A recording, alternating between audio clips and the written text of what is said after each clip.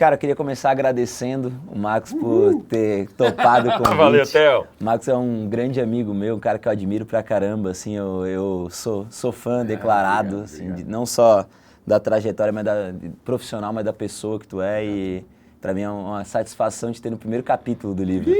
Assim, quem diria, né? Do 0 a 50 milhões? Tu viu que é ousado? Acho demais, cara. Acho legal. Também sou fã da tua trajetória e da pessoa que tu é, cara. Acho que Obrigado. quando a gente se conheceu, estava no início dessa jornada e uma das coisas bonitas que tu me disse é que uma das guinadas da tua vida, de uma empresa para outra, foi justamente a percepção de que você queria ter mais tempo de qualidade, mais possibilidades de aproveitar as amizades, os contatos, os amigos, construir uma família e hoje a tua família profissional é gigantesca. Que legal, cara, que legal. E o Marcos sempre esteve próximo da gente, né, nessa trajetória, assim, não seria diferente desse livro, Legal, assim, putz, eu legal, fiquei cara. muito feliz de tu ter topado, cara. Obrigado, irmão. Cara, a gente vai falar de propósito e eu acho que uma das pessoas que eu conheço que tem propósito mais legal, assim, o propósito mais interessante é tu, assim. Obrigado. Eu acho que é uma guinada de carreira baseada em propósito e isso é fantástico, assim, porque você é um cara do humor, você começou no humor, Na realidade, eu te conheci no Patrola, assim, né? Apresentador de TV. Pra dizer que tu é velho, tu fez foi o orador da minha formatura do 3º ano. Então, assim,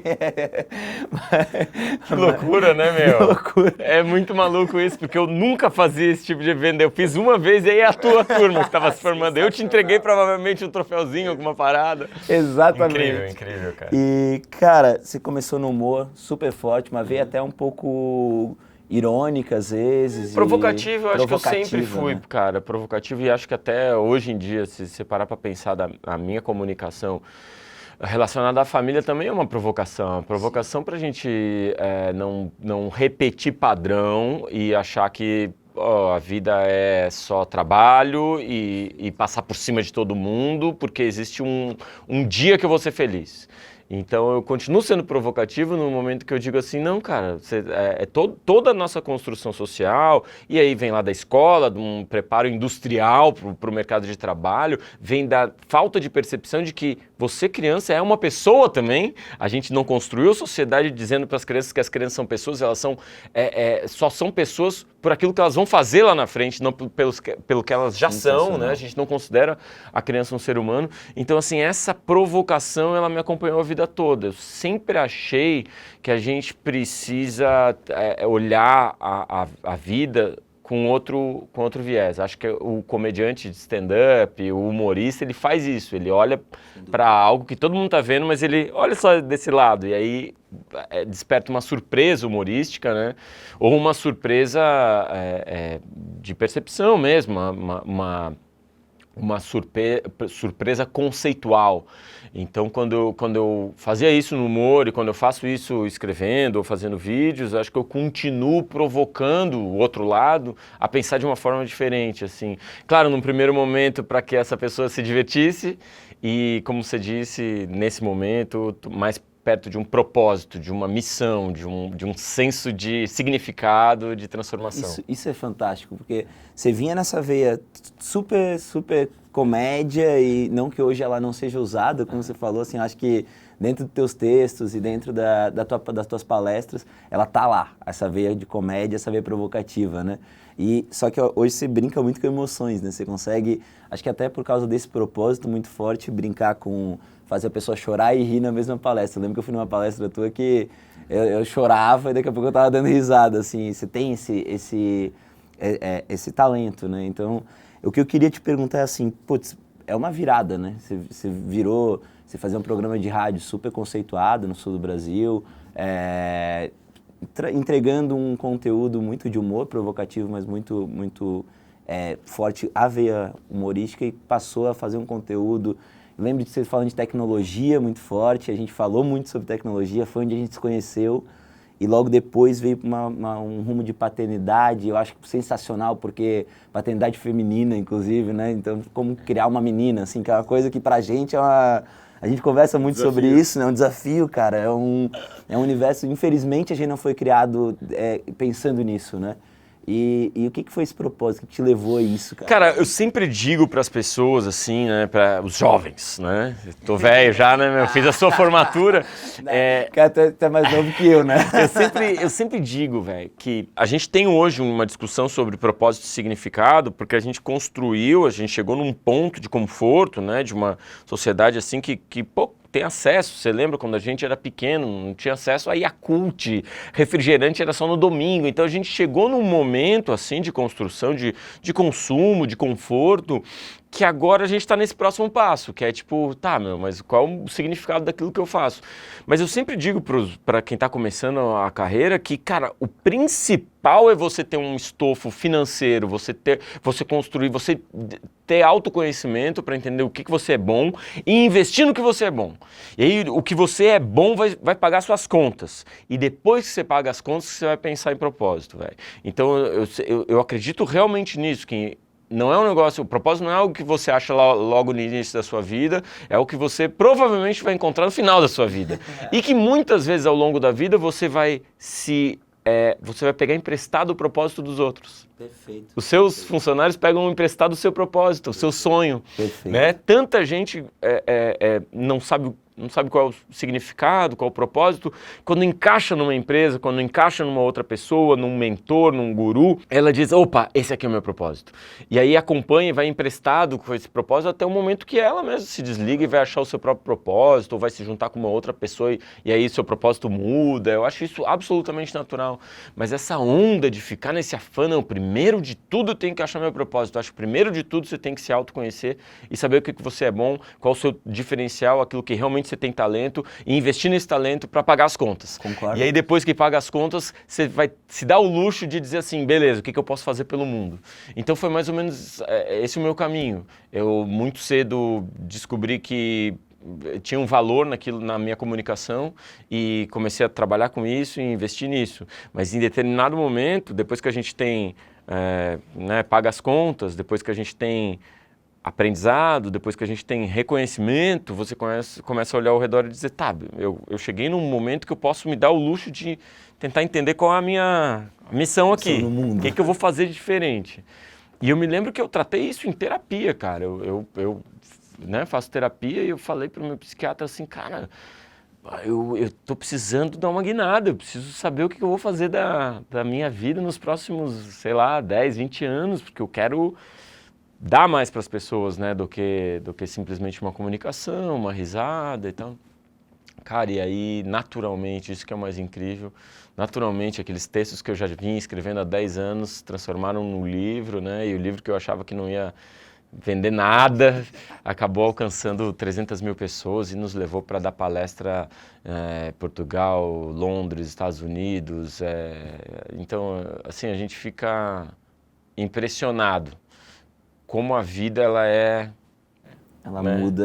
Ela é surpreendente, Uma coisa que você falou que eu concordo muito, assim, é que a gente vai pegando propósitos emprestados e até o momento que às vezes, assim, aquele propósito que a gente descobre para começar, ele vem quase que organicamente, né? Porque a gente vai acumulando tanta bagagem, na realidade, assim, ao longo das trajetórias, que ele vem, né? Assim, e eu acho que é legal quando você entende o propósito em tudo que você faz.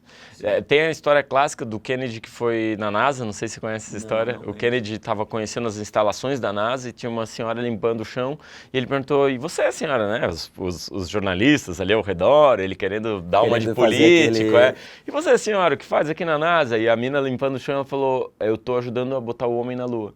Então ela limpando o chão, quando perguntado o que você faz na NASA, ela diz, estou ajudando a botar o homem na Lua. Ou seja, tem alguma coisa, eu não limpo o chão, eu estou ajudando a colocar o homem na Lua. Eu estou fazendo uma coisa muito maior do que só limpar o chão, né? Eu estou limpando o chão de uma empresa, de uma instituição que faz coisas gigantescas. E aí que eu começo a pensar, cara, é isso. Às vezes você trabalha numa empresa de, sei lá, secretária, faxineira, CEO, diretor, você é um gerente ou um trabalhador de chão de fábrica. Esse respirar, esse interiorizar o propósito naquilo que aquela organização faz, eu acho que é tão importante. E se não faz, pede demissão, velho. Putz, eu concordo plenamente. E eu falei isso numa palestra, sei lá, há cerca de um ano, daí agora eu dei uma outra palestra no Sebrae e uma menina foi lá falar comigo e disse assim, há um ano você disse numa palestra que se você não tem orgulho da empresa que você trabalha, se a empresa que você trabalha não tem propósito algum no mundo, peça demissão, eu pedi demissão. E agora eu trabalho numa empresa que eu amo. Ela me disse numa palestra agora... Aquela respirada fundo, né? Quando ela despedir demissão, tu, ai, caramba. Exatamente, eu falei, o que eu fiz? A mina vai... Não, e ela ainda chegou assim, tipo, posso te dar um feedback? Eu pensei, vixe, lá vem dela. Ela falou, eu pedi demissão, acabou a vida da menina. E ela, cara, agora eu amo meu emprego, eu tô numa empresa com propósito. Cara, é outra coisa, você acorda mais feliz, você vai pro trabalho... Esses dias eu tava escrevendo, assim, no LinkedIn, eu tava escrevendo sobre uma vaga que eu coloquei. Então eu coloquei uma vaga para coordenação. E nessa vaga eu não escrevi muita coisa, só que eu dei um geral, disse que eu queria alguém para gerenciar, que tivesse experiência com processos. Não precisava ter com gerenciamento. E eu pedi para me dizer por que queria entrar na Exact, assim, e abrir um e-mail. E depois eu dei o feedback sobre a vaga, a gente ficou muito rápido a contratação, e eu falei, todo mundo que me mandou segue meu currículo, eu eliminei. Eliminou na hora. E por que eu fiz isso? Porque eu queria justamente isso, queria alguém que tivesse fit com um propósito, fosse lá buscar o que é o propósito da Exact e me dissesse isso, assim, as pessoas foram super assim, mas como tu eliminas? Eu falei, cara, é isso, eu tô buscando alguém que consiga me mostrar que tá conectado com o propósito da Exact, assim, É incrível isso que você tá falando, porque na verdade você tava procurando um ser humano, né? Exato, são porque características, segue né? meu currículo, o algoritmo, o robô faz, meu. Exato. Tu tava só querendo um ser humano. Eu queria ouvir. Saca, As pessoas têm dificuldade com isso, né, cara? A gente não é preparado para isso, né, Theo? A gente, desde pequeno, a gente é preparado para virar máquina, né? A escola replicou o modelo industrial, então entra de um lado, sai do outro, bate sinal, entra sinal, todo mundo de uniforme. Era a indústria. E aí, como é que a gente prepara para a indústria? Faz a escola replica exatamente o que é a indústria. E aí a gente é preparado para ser máquina, só que a indústria 4.0, tudo isso que você manja muito mais do que eu, tá se automatizando, a robótica, o algoritmo tá tomando conta do que era automatizável, e aí como é que fica a escola? Toda a nossa formação, para ser robô, a gente sai robô, segue meu currículo, e o que você está procurando é o ser humano. Tá, eu quero saber, mas peraí, quem é você, o que você faz, me fala um pouco. E as pessoas não pararam para olhar assim, cara, eu preciso ir atrás, que é o que você falou que a menina fez depois. Eu preciso ir atrás de alguma coisa que tenha um propósito parecido com o meu. E não sair despejando, mas é muito difícil, a pessoa está desempregada, mas se está desempregada, aí sim que deveria estar olhando. Aí sim. E aprofundando e tentando. Putz, você falou tudo, cara. E acho que tem dois pontos nisso que você fala. Tem o ponto de, é muito difícil, aí é que eu tenho que me esforçar mais. E tem o ponto de, cara, se você vai fazer o que todo mundo faz numa situação de dificuldade, você não vai se destacar, velho. Perfeito. Todo mundo vai fazer o padrão, segue meu currículo. É você que tem que fazer o diferente, né? Você que vai ter que criar uma... Se todo mundo tá indo para uma porta, vai ser mais difícil você passar pela porta. Talvez a janela esteja aberta, né? Cara, eu falo um pouquinho nesse capítulo sobre os propósitos que me levaram a construir a 2-para-1, depois para construir a Exact, que eu acho que normalmente eles vêm de vivência, né? Então, assim, propósito não vem assim, vou construir uma empresa, então vou ter um propósito. Aí tu começa a desenhar um propósito. Não é assim que funciona, né? Vem de coisas que tu viveu, assim, erros que tu cometeu, questões fortes da tua vida, emocionalmente fortes da tua vida. Eu acho que o sucesso do teu livro vem muito disso na minha visão, assim, que tu viveu coisas fortes. Acho que tu conta na palestra que desde a tua infância, coisas fortes, até o nascimento das tuas filhas, que eu acho que é isso mesmo que deu esse gás nessa tua Eu acho que no final das contas que todo mundo tem uma grande história. Por mais que a gente ache assim, aquele cara é tímido, não fala nada, aquela menina lá é super séria.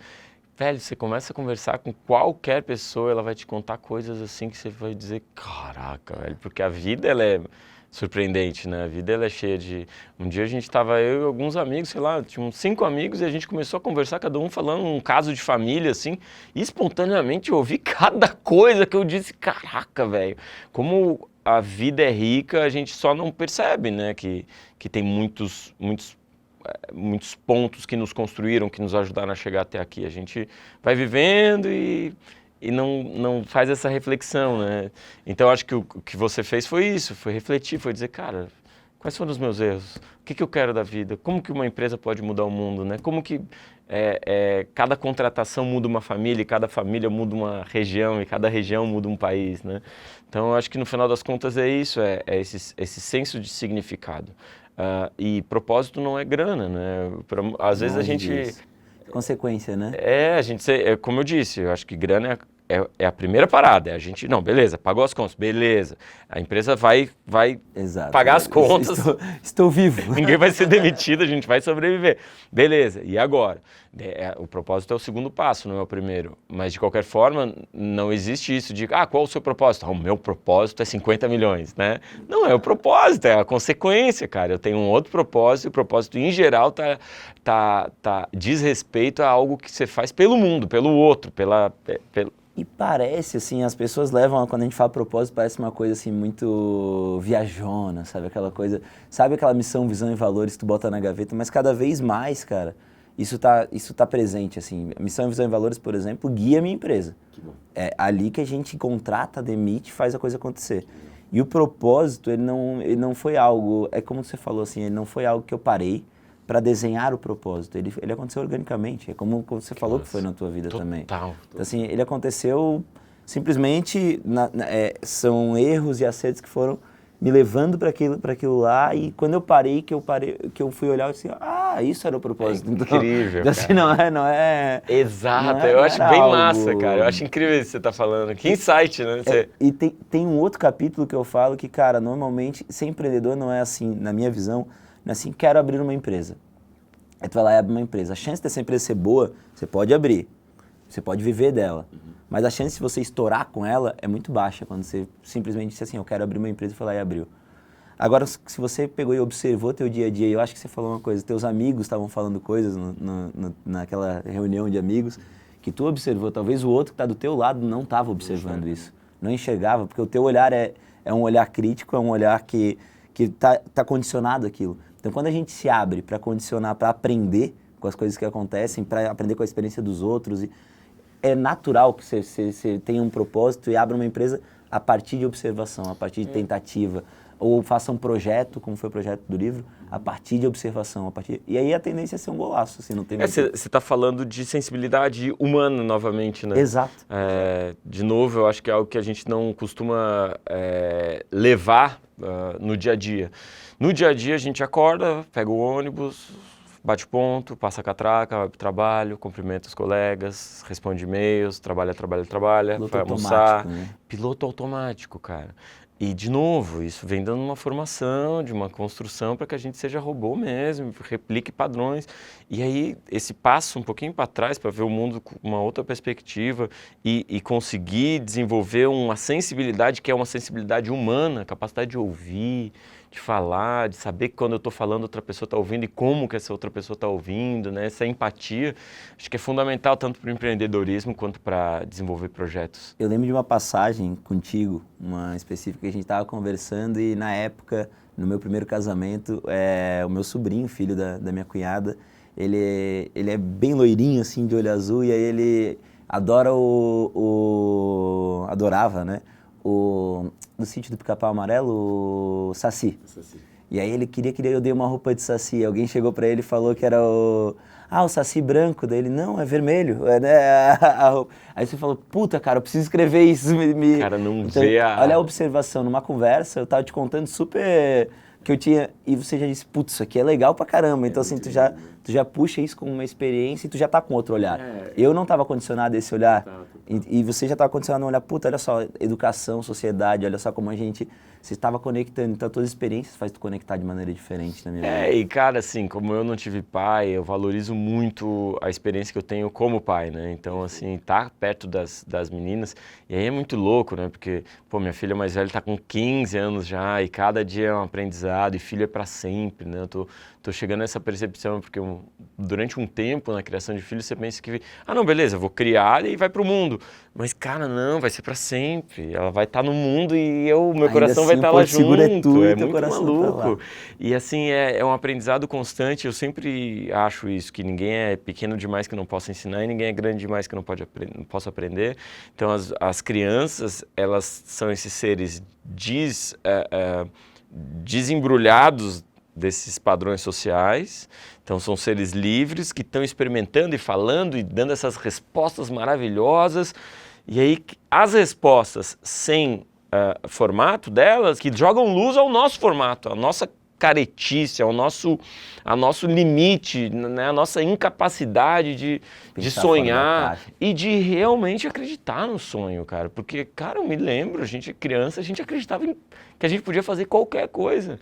E aí algum adulto, ou em algum momento, nos disseram, a gente acreditou que, não é possível. Você nunca vai ser jogador de futebol, você nunca vai ser astronauta, você nunca vai ser bombeiro. E, cara, por quê, mano? Sabe, muitos foram jogadores de futebol e astronautas e bombeiros e só foram porque acreditaram nesse sonho. Então, acho que se permitir reconectar com a criança que a gente já foi um dia, é inspirador e motivador para que a gente... O Peter Diamandis fala isso. Eu não sei o que fazer da minha vida, o que eu faço? Pensa o que tu queria ser quando você era criança. No caso dele é exploração espacial, né? O Richard Branson fala a mesma coisa, Elon Musk. Então, assim, reconecta com a sua criança. Qual é o seu sonho, velho? Vai lá, né? Vai lá e faz. Eu acho que a chegada das minhas filhas me proporcionou viver nesse mundo encantado de novo, assim. E como você disse, é um aprendizado constante, diário, de ouvir outras histórias. O que te abriu para viver nesse mundo encantado? Assim, isso que eu gosto muito de... Eu convivo com muito empresário, né? Muito empreendedor. E é incrível como tem dificuldade de se abrir, mesmo quando tem o filho, se distancia para não se abrir esse mundo que, na realidade, é um grande aprendizado. E os que se permitem viver, normalmente têm uma evolução absurda, assim. Eu lembro do Eric me falando, o Eric que você conhece, me falando que assim, putz, cara, quando eu tive o Max, que é o filho dele, o meu tempo parece que ele multiplicou, porque eu comecei a fazer as coisas mais rápido e mais objetivo, focado. Isso ficou muito na minha cabeça, assim, tipo... tem aquela impressão de que tu vai perder tempo no sentido de ter menos tempo e tu acaba ganhando tempo, assim, isso é muito legal, assim. E é louco, né, porque, claro, a vida empresarial, ela tem uma série de questões que são muito pouco sexy, assim, né, planilha, financeiro, imposto, contratação, são coisas, assim, realmente pouco lúdicas, né? Ao mesmo tempo, quando você se abre para o lúdico, para o criativo, para o inventivo, para o sensível, para o humano, para essa questão mesmo de, não, peraí, para tudo, deixa eu conversar aqui por 30 minutos, olho no olho, e não, tem um monte de problema, beleza, velho, mas agora a coisa mais importante é isso aqui. Pô, isso também te dá uma capacidade de gerenciamento, de lidar com crises, né? E lidar com pessoas, né, Marco, que a gente está falando desde o início, assim, eu acho que uma das coisas, eu tenho a mania de noite, uma mania boa, agradecer por algumas coisas e pedir outras, né? E eu sempre, um pedido que eu sempre faço é que eu não fique tão duro a ponto de não conseguir ser emocional quando necessário, não só necessário quando... de continuar sendo emocional e não tão emocional para não poder ser frio quando necessário. Então, assim, acho que acho que tudo está no equilíbrio, assim, né? Tudo está no momento certo para cada perfil. E, pô, uma criança te faz provavelmente sair daquele... que o mundo empresarial é muito duro, cara. É muito direto, né? Muito... Você lida, como você falou, você lida com pressão, com decisões extremamente... que impactam não numa vida, mas impactam em 300, 400, Total, 1000 cara. vidas. E assim, o que eu penso muito, né? Em geral, a vida, ela é frágil, né? Sim. Amanhã a gente atravessa uma rua e acaba. E vai. Então, se lembrar da finitude também nos ajuda a conectar com o que importa mesmo, né? Sim. Então, por que de uma demissão e por que de uma contratação, né? Por que eu estou agora sendo emocional e por que agora eu estou sendo duro ou frio, né? No final das contas, assim, a gente tem um período aqui nessa terra e é um período, comparado à história do mundo, não é nem curto, nada. É um soluço no tempo, assim. E, cara, quando você pensa que vai acabar, tudo vai acabar, que uma hecatombe nuclear, um vírus, uma pandemia, pode acabar com tudo, assim, quando você nem espera, você começa a dizer, opa, peraí, então tá, o que realmente importa? Quando você tem um câncer, um luto, quando você perde alguém que você ama, quando você passa por um divórcio, os grandes momentos de dor da vida, eles te lembram da finitude e te lembram do que importa. Opa, peraí, cara, então a minha irmã teve câncer, minha mãe teve câncer, uma amiga teve câncer, eu estava ontem falando com ela, eu disse, cara, foi tão bom. Ressignificou, né? Foi tão bom, porque eu entendi tudo, eu entendi por que eu tenho que ser mais sensível, por que eu tenho que tomar essas decisões que às vezes parecem muito duras, eu entendi tudo, eu estou mais conectado com as pessoas que me amam, com a minha família. E a minha irmã falou uma frase que para mim é transformadora, que tudo que o câncer trouxe para ela de ruim vai passar e tudo que o câncer trouxe de bom vai ficar.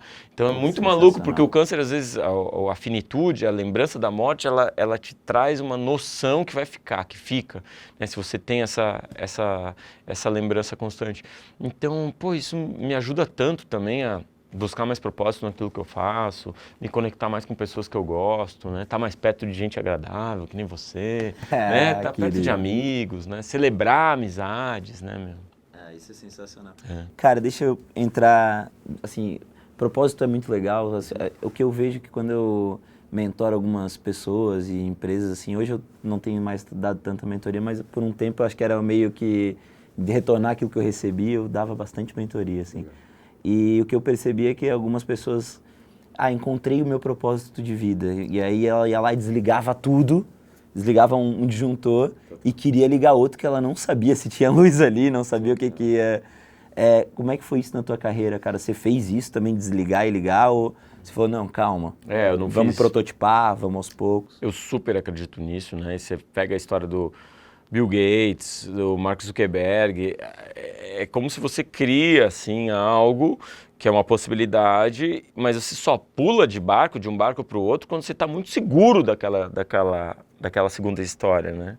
Então, por muito tempo, eu estava com os dois pés num barco, daí passei um pé para um barco, outro pé para o outro, continuei por um tempo, né, para justamente entender e fazer essa transição de uma forma bem suave, porque eu queria entender como é que é esse outro barco aqui, de novo, né? Pivotar ele até, né, Max? Eu lembro que você pivotou fino, assim, você vinha para tecnologia, depois veio pro... Você foi entendendo onde você era o cara desse novo universo, né? Por isso que foi um golaço, eu acho. Porque, assim, a ilusão, na cabeça da gente é tudo ideal, sempre.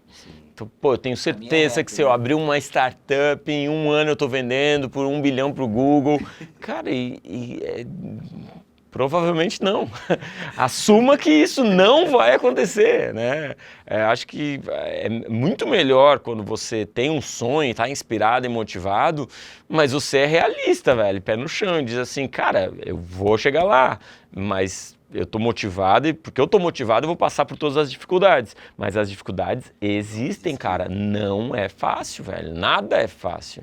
E para mim a grande dificuldade foi sair, por exemplo, de uma cidade que eu era conhecido, celebrado, admirado, que eu ganhava dinheiro, sair da Globo, sair do Pretinho Básico, sair de vários trabalhos que me davam uma remuneração, uma visibilidade fantástica e dizer, não, cara, eu vou me mudar para uma cidade que pouca gente me conhece e vou experimentar esse salto. Fiz devagar, mas uma hora eu precisei tirar o band-aid, entendeu? E a hora de tirar o band-aid, você corre o risco de nunca tirar, de ficar sempre, não consigo, será que eu vou conseguir e tal. E teve uma hora que eu tive que tirar o band-aid. Esse foi o salto mais assustador, de dizer assim, beleza, vamos abraçar essa segunda história, né? Vamos abraçar essa nova vida. E aí, cara, eu me lembro de escrever um e-mail para mim mesmo. Tem um site que chama futureme.org. Todo final de ano eu escrevo um e-mail fazendo uma retrospectiva do que passou e os meus projetos e medos e esperanças para o ano que chega.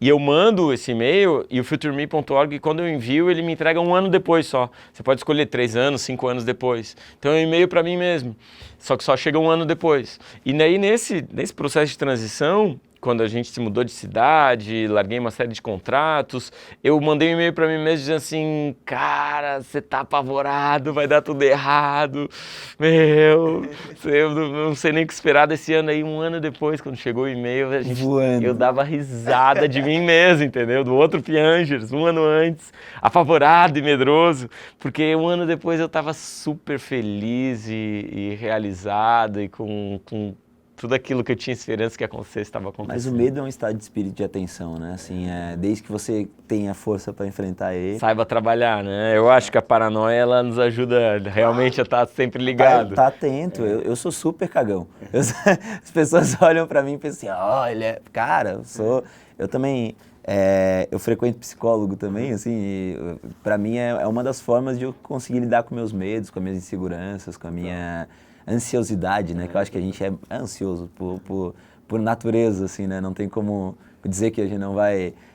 provavelmente quando você começou esse projeto, por esse medo que você tinha, você tá super ansioso, você tá num momento de nervos extremamente aflorado, provavelmente, né?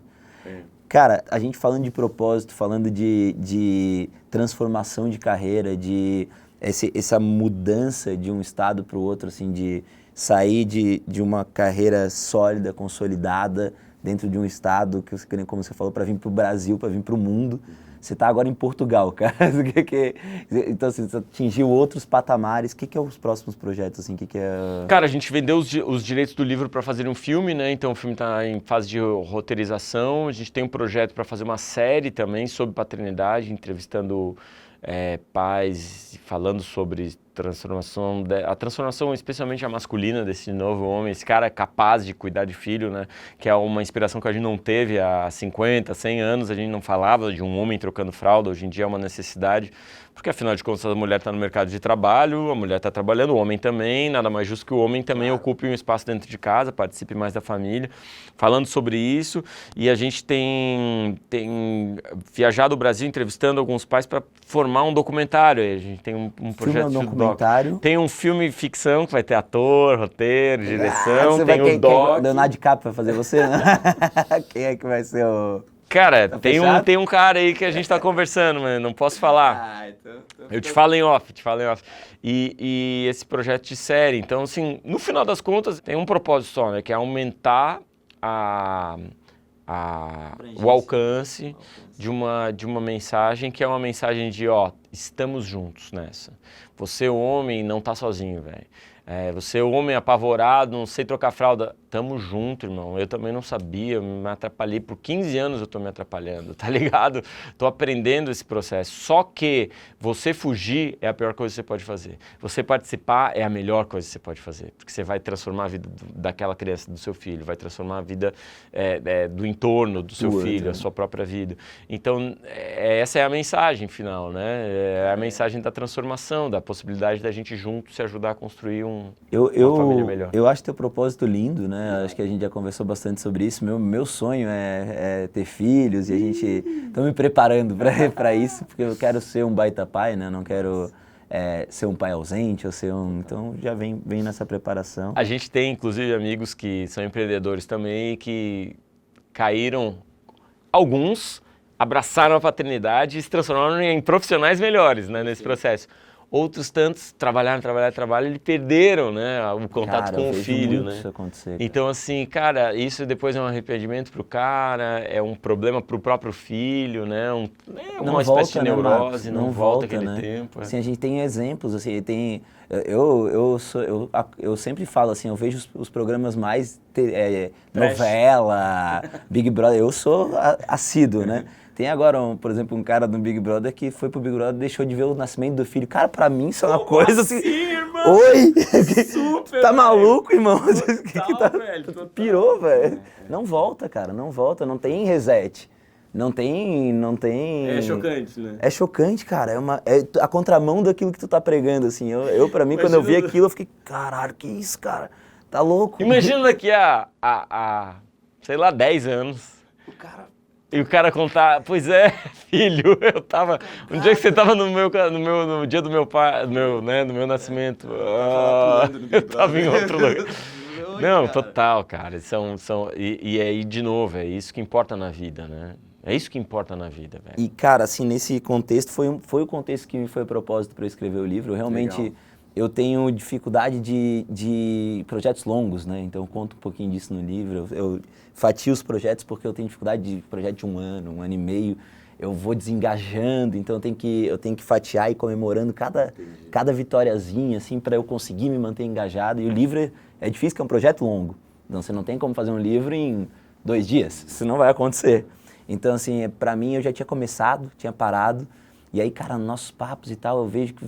Eu falei, putz, se eu tiver uma filha, uma das coisas que me incomoda muito é o número de mulheres que estão dentro do empreendedorismo. É muito baixo, assim. Eu queria estar entrevistando mulheres agora também. Sim. E eu tenho dificuldade de achar quem é que é a pessoa, porque eu quero também é que a pessoa que eu conheço, que é na veia aquilo que eu tô falando. E o meu ciclo de relacionamentos, eu tenho pouca gente que eu consigo dizer assim, putz, essa aqui é na veia.